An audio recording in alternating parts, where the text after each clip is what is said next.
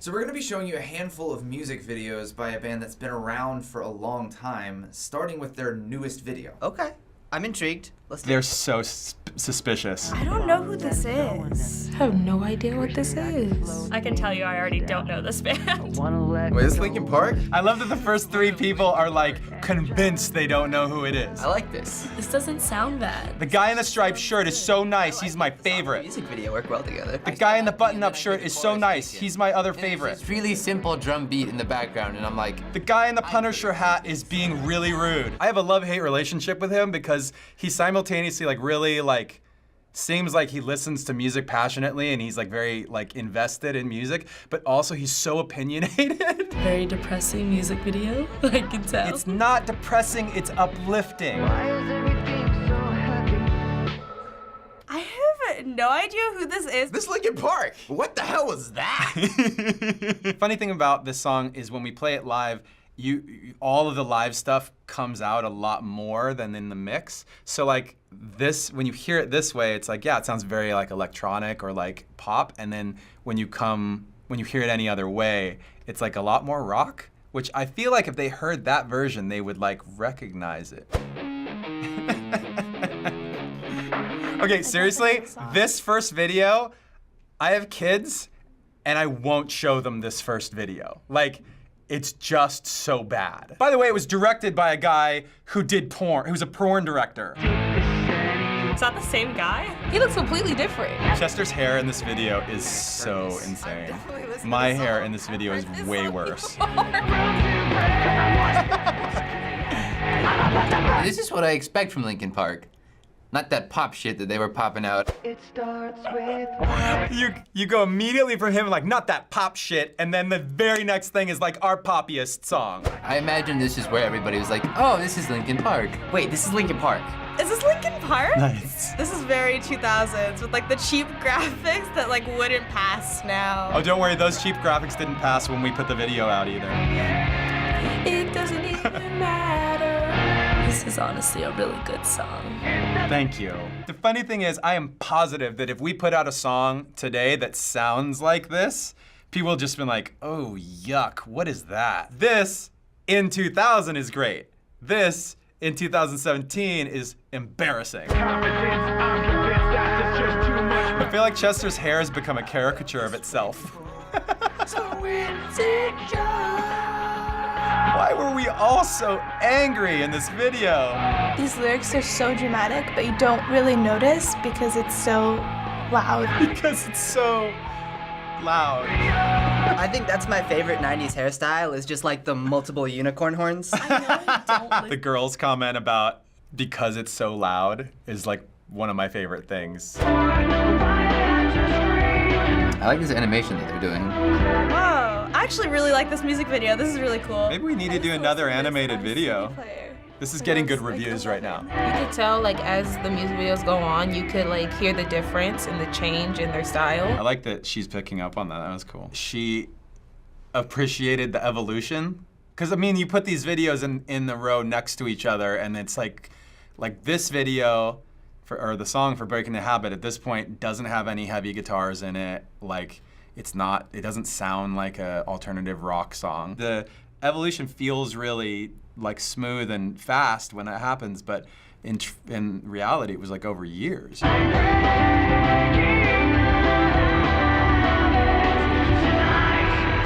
Linkin Park made good music. Thanks, dude. I appreciate that he's enjoying it. This is great. every step that I take is another. I like this song. It's so funny watching like the lead singer's like evolution. I want to send them all shirts. Can we do that? Totally. I totally want to do that. I know this song too. Every single one. This song was on Transformers. This is a Transformers theme song. This is the one that I just heard 1,000 times as a kid. Half the band, when we first got asked if we wanted to put a song in the first Transformers movie, 3 of the 6 guys were on the fence about it. The main reason why we did it is because we loved the toys growing up. You know, like I had every Transformer. A lot of their music is sort of the same, and there's just something just kind of cringy about it, but I think it's just because everyone else hates on them, so I feel like I need to. Okay, hold on. I want to know who this girl's friends are that are such like intense haters that they've like, that she cares so much about what they think about our band. Even though she doesn't really know our band, she does know that her friends hate our band. So, that was the band Linkin Park. No way!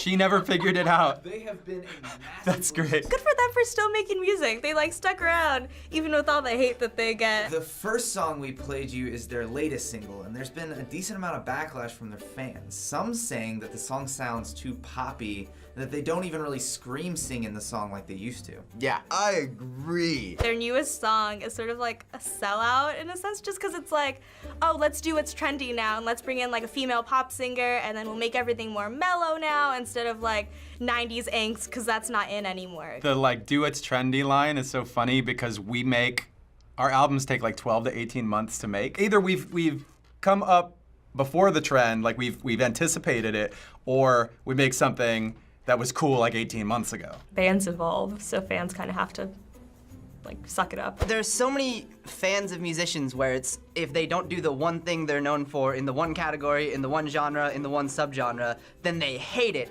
And I don't think they understand how music works, because you're supposed to change it up. Preach. If we do a bunch of songs that are too similar, it drives us crazy. That's why we make songs that don't sound the same. And then we do the different, and what happens? It's just part of like the core of why the evolution and why the experimentation is a thing for the band. So what did you think about how the teens reacted to you? I feel like the reactions were kind of what we expect. Like we've been getting reactions across the board for 7 studio albums now. And so even when our most popular album was Hybrid Theory, even when that album came out, but from the beginning to the end of that album, it was like, oh, the band is this thing. It's one step closer, heavy, blah, blah, blah. And then we got to In the End, which was a pop song, and it got on the pop radio, and the One Step Closer kids were like, what the hell just happened? Like, they sold out. For like 15 years, it's been that thing back and forth of like people defending the band, some people understanding certain parts about the band, and other people like not really liking it. It's one of the things that makes doing this a lot of fun because it's really vibrant and it's really multidimensional. Doing what you want to do and not just doing it for the sake of doing it, but doing it because you feel really compelled, like it's rewarding. As long as I walk in to the situation in the studio or on stage and I know that I love what we did, I have to be really conscious of that first and foremost, because if I don't love it, people still love and hate it.